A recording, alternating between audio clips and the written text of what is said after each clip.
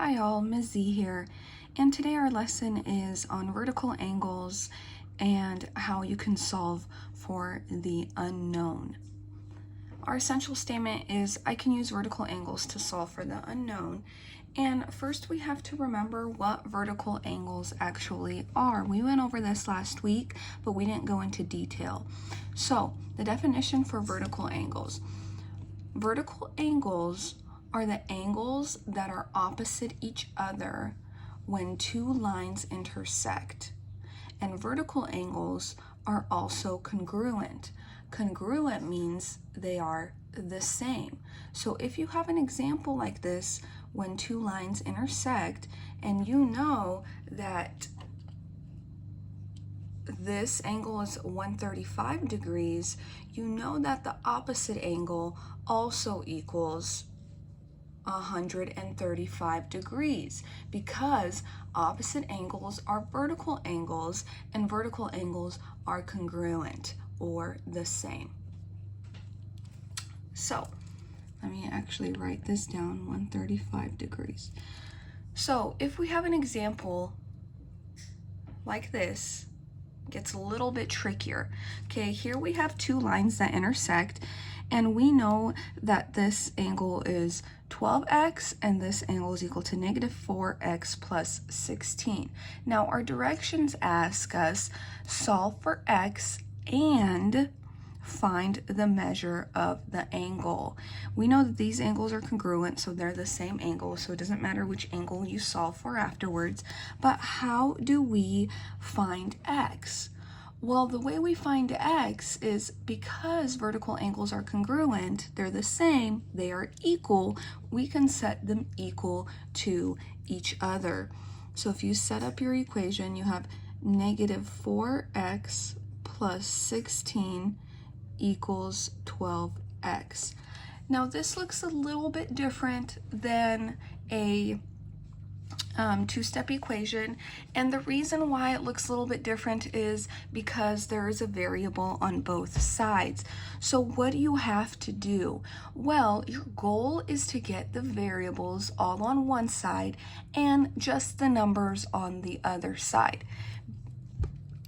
So I'm going to take this negative 4x and I will first draw my line down the equal sign to split up my equation, okay? And then I will add 4x to this side to get rid of it because I want to move it to the other side. Now when I add 4x to this side, this goes away, but then whatever I do to one side, I must do the same thing to the other side. So I add 4x on this side. So this is 0, so all I have left here is 16, and 12x plus 4x is 16x. And now, to get x by itself, this operation right here, 16x, this is multiplication. In order to get rid of multiplication, you have to do the opposite of multiplication, which is division.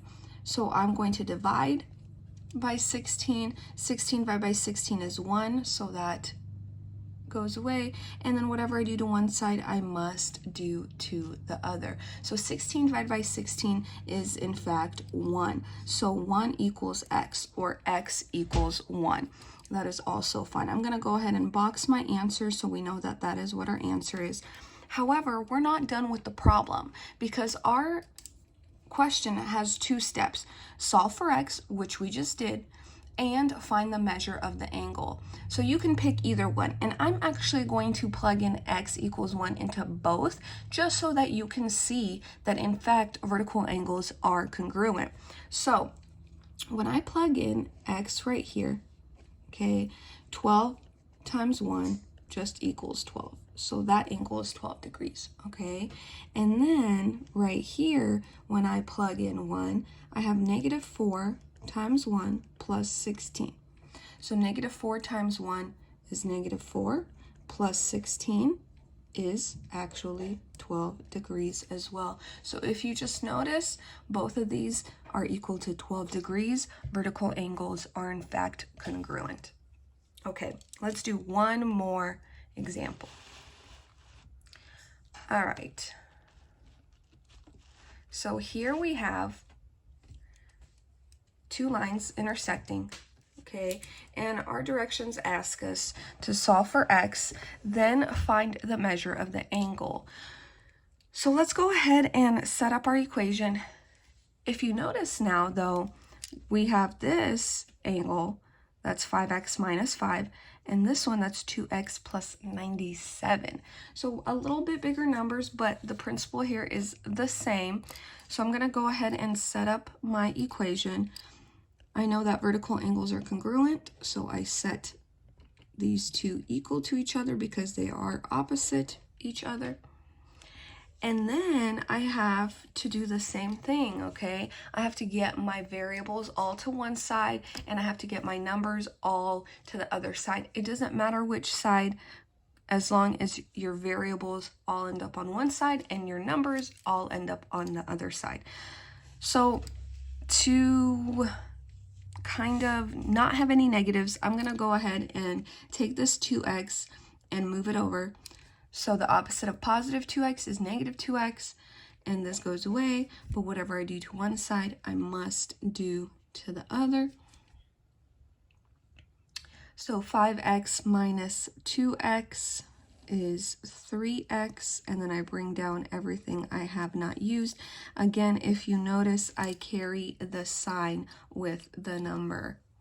And now, actually, this looks like a two-step equation, okay? So you draw the line down the equal sign, find the side with the variable, find the number not attached to the variable, and perform the opposite operation.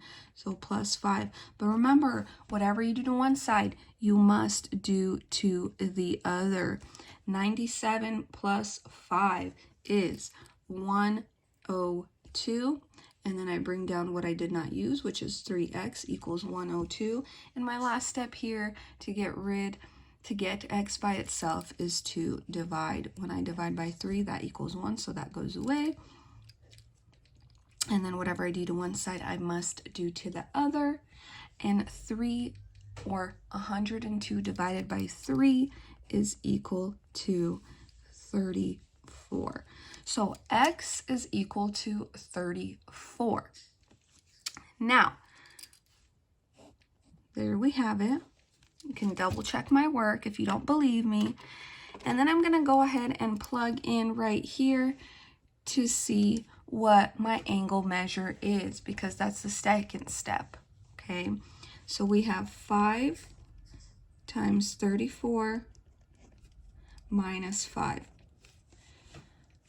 If you have a calculator, if you want to do it the long way, that's okay. 5 times 34 is actually 170 minus 5, and 170 minus 5 is 165 degrees.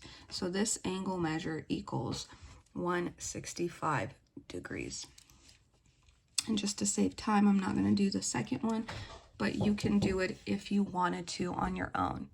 If you have any questions, let me know.